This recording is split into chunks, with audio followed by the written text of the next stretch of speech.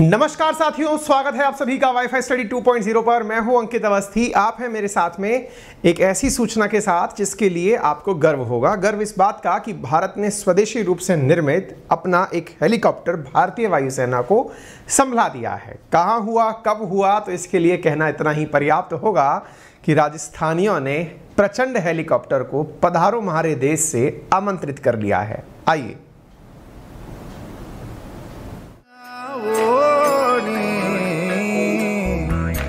पधारो हमारे देश रे, पधारो हमारे देश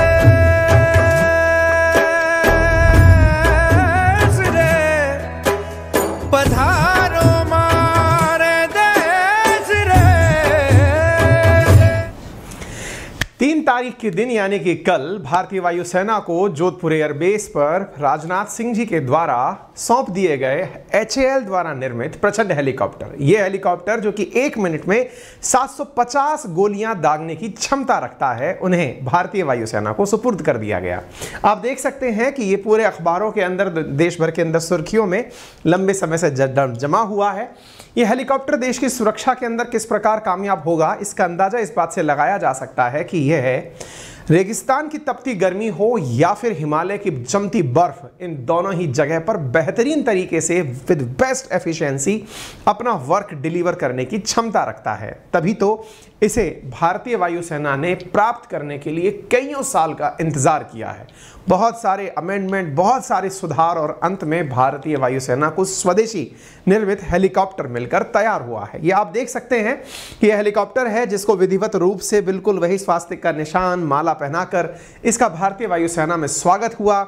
जब इसकी entry Indian air force base Jodhpur पर होती है तो वहां पर इसका वाटर कैनन्स के साथ में, पटाखों के साथ में इसको सलामी दी जाती है। और इसके स्वागत में, मतलब एक तरह से जैसे हमारे देश में जब राफेल उतरा था तब भी आपने इसी तरह से वाटर कैनन के थ्रू उसको दी जा रही जोश के साथ बधाइयां देखी होंगी। और यह तस्वीर भी आपके अंदर उतना ही जोश भरती है कि इसका बहुत ही शानदार तरीके से स्वागत किया गया है। क्यों? क्योंकि इसके अंदर विशेषताएं ही ऐसी हैं कि ये अपने साथ 1 मिनट में 750 गोलियां, कहते किसको हैं भाई, उतनी गोलियां दागने की क्षमता रखता है। नाम है इसका प्रचंड। आइए इस प्रचंड से जुड़ी कुछ प्रचंड स्टोरी आपके साथ में साझा करते हैं।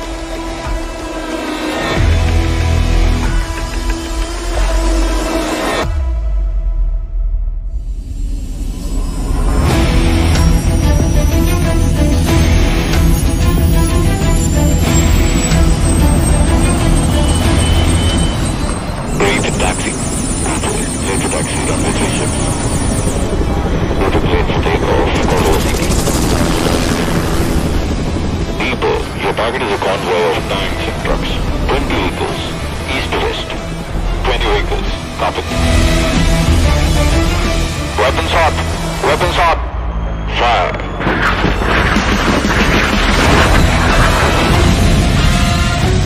Target destroyed. Returning home.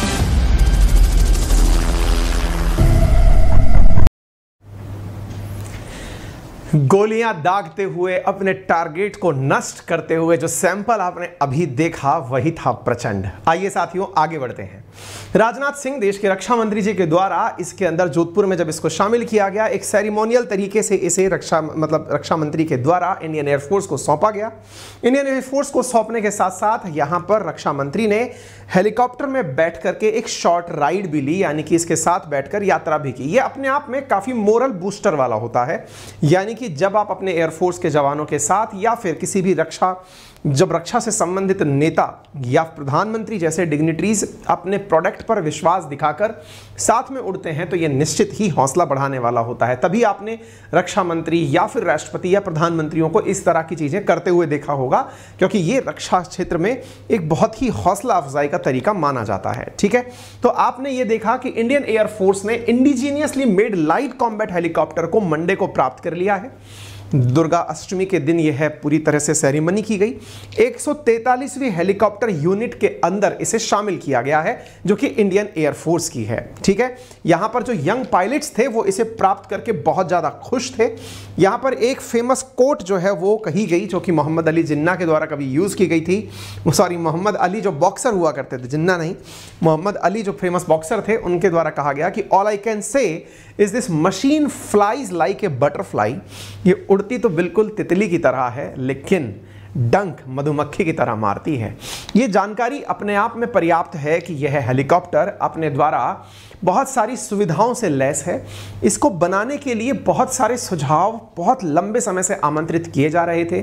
Navratri के अष्टमी के अवसर पर भारतीय वायुसेना को यह सौंपा गया। इसके साथ साथ जो राजनाथ सिंह जी हैं, उनको आप बैठ करके यहाँ पर यात्रा करते हुए इसकी राइड लेते हुए देख सकते हैं। जोधपुर एयरबेस का यह दृश्य आपके सामने साझा किया गया है। जैसा मैंने आपसे कहा, यह हेलीकॉप्टर रेगिस्तान की तपती गर्मी और हिमालय की जो बर्फ है उसके बीच में बहुत अच्छे से सरवाइव कर सकता है। तभी तो इसे शामिल करते समय पूरी तरह से मतलब इसका स्वागत जोर शोर पर किया गया है। आगे बढ़ते हैं। स्वदेशी लाइट हेलीकॉप्टर के अंदर 7 खास विशेषताएं हैं। नंबर 1, यह स्वदेशी डिजाइन और एडवांस तकनीकी से युक्त है। किसी भी मौसम में उड़ान भरने की क्षमता से युक्त है। आसमान से दुश्मन पर नजर रखने में मददगार है। हवा से हवा में हमला करने के लिए मिसाइल ले जाने में सक्षम है। अब ये वाला तथ्य है ना, मिसाइल ले जाने में सक्षम है। तो मैं आपको बता दूं, जो नाग मिसाइल है हमारी, जिसे हम एंटी टैंक मिसाइल के नाम से जानते हैं, उसका हेलीकॉप्टर वर्जन हेलिना कहलाता है। ध्यान से समझिएगा, हेलीकॉप्टर हमारी भारतीय वायुसेना भी यूज करती है और थल सेना भी यूज करती है। तो हेलीकॉप्टर का जो नाग वर्जन है, या फिर ये कहिए कि नाग का जो हेलीकॉप्टर वर्जन है, जो हेलीकॉप्टर से चलाया जाता है, उसे हम हेलिना के नाम से जानते हैं। वो हेलिना हम अपने हेलीकॉप्टर्स के थ्रू यूज करके टैंक को नष्ट करने में काम में लेते हैं। उसी हेलिना को इस पर भी लगाया जाएगा, लेकिन ये एयरफोर्स को दिया गया है, इसलिए हेलिना का वही वर्जन ध्रुवास्त्र कहलाएगा। ठीक है, तो नाग, हेलिना, ध्रुवास्त्र तीनों चीजें हैं एक ही। इसके ऊपर उस मिसाइल को लादने के बाद में ये अपने आप में एंटी टैंक, यानी कि टैंक जो जमीन पर चलने वाले हैं उनको भी टारगेट करके हिट करने की क्षमता रखता है। 470 और 68 MA रॉकेट ले जाने में यह सक्षम है। फॉरवर्ड इंफ्रारेड सर्च, यानी कि रेडिएशंस के माध्यम से नीचे क्या चल रहा है उसकी सर्चिंग, CCD कैमरा और थर्मल विजर लेजर रेंज फाइंडर भी इसके अंदर लगा है। नाइट ऑपरेशन करने में और दुर्घटना से बचने में भी यह सक्षम है। इसके साथ साथ अगर हम इसकी रेंज की चर्चा करें तो यह 550 किलोमीटर तक 2 इंजन वाले HCA द्वारा विकसित पायलट्स के साथ साथ एक गनर बैठा करके उड़ सकता है। खाली हेलीकॉप्टर का वजन 2250 किलोग्राम है। इसके बाद में अगर इसमें हथियार लोड कर दिए जाते हैं तो यह 5800 किलोग्राम वजन का हो जाता है। अधिकतम 268 किलोमीटर प्रति घंटे की रफ्तार से यह उड़ान भर सकता है और एक बार में 1750 किलोग्राम वजन के हथियार यह ले जा सकता है। इसमें 1430 हॉर्स पावर के 2 इंजन लगे हुए हैं। यह एक अटैक हेलीकॉप्टर है और इसमें जो एंटी टैंक गाइडेड मिसाइल हैं, यानी कि वही नाग से बनी हेलिना, हेलिना से बनी ध्रुवास्त्र जो है वो 2023 के मध्य तक इसके अंदर ऐड कर दी जाएगी। ठीक है, ये मैंने आपको बता दिया है। एंटी टैंक गाइडेड मिसाइल जो प्रचंड में जोड़ दी जाएगी, जो हेलिना के नाम से भारत द्वारा विकसित है, उसका वर्जन ध्रुवास्त्र के नाम से जाना जाएगा। ठीक है, तो ये मैंने आपको बता दिया किस प्रकार से हेलिना और हेलिना से जो है वो ध्रुवास्त्र के साथ में इसको जोड़ दिया जाएगा। मैं थोड़ी हेलिना के बारे में भी जानकारी आपको दे देता हूं। नाग का हेलीकॉप्टर वर्जन है हेलिना। 7 से 8 किलोमीटर की रेंज में यह मिसाइल टैंक को नष्ट कर सकती है। दुनिया के अत्याधुनिक एंटी टैंक मिसाइलों से में इसका नाम शामिल किया जाता है। प्रचंड की चर्चा कब से शुरू हुई? स्वदेशी रूप से इसके निर्माण की बातें सबसे शुरू हुई 1999 में, जब कारगिल वॉर हुआ तब हमने बहुत सारी चीजें सीखी थी। उन बहुत सारी चीजों में से ही एक था हमें प्रचंड की आवश्यकता महसूस हुई थी। आपको याद है कुछ दिनों पहले मैंने आपसे कहा था कि अब जीपीएस के स्थान पर हम अपना नाविक यूज करने जा रहे हैं।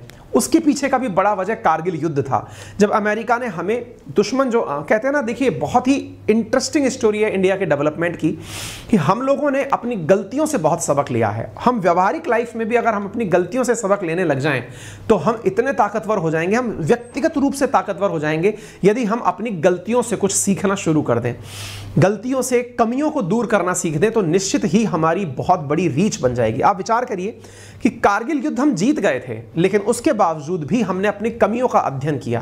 तभी तो आज हमारे देश में chief of defence staff Kargil युद्ध के समय जिसकी आवश्यकता महसूस की गई थी, आज वो पद पर बैठे हुए हैं। नंबर दूसरा, हमने अमेरिका से जीपीएस मांगा, अमेरिका ने इनकार किया।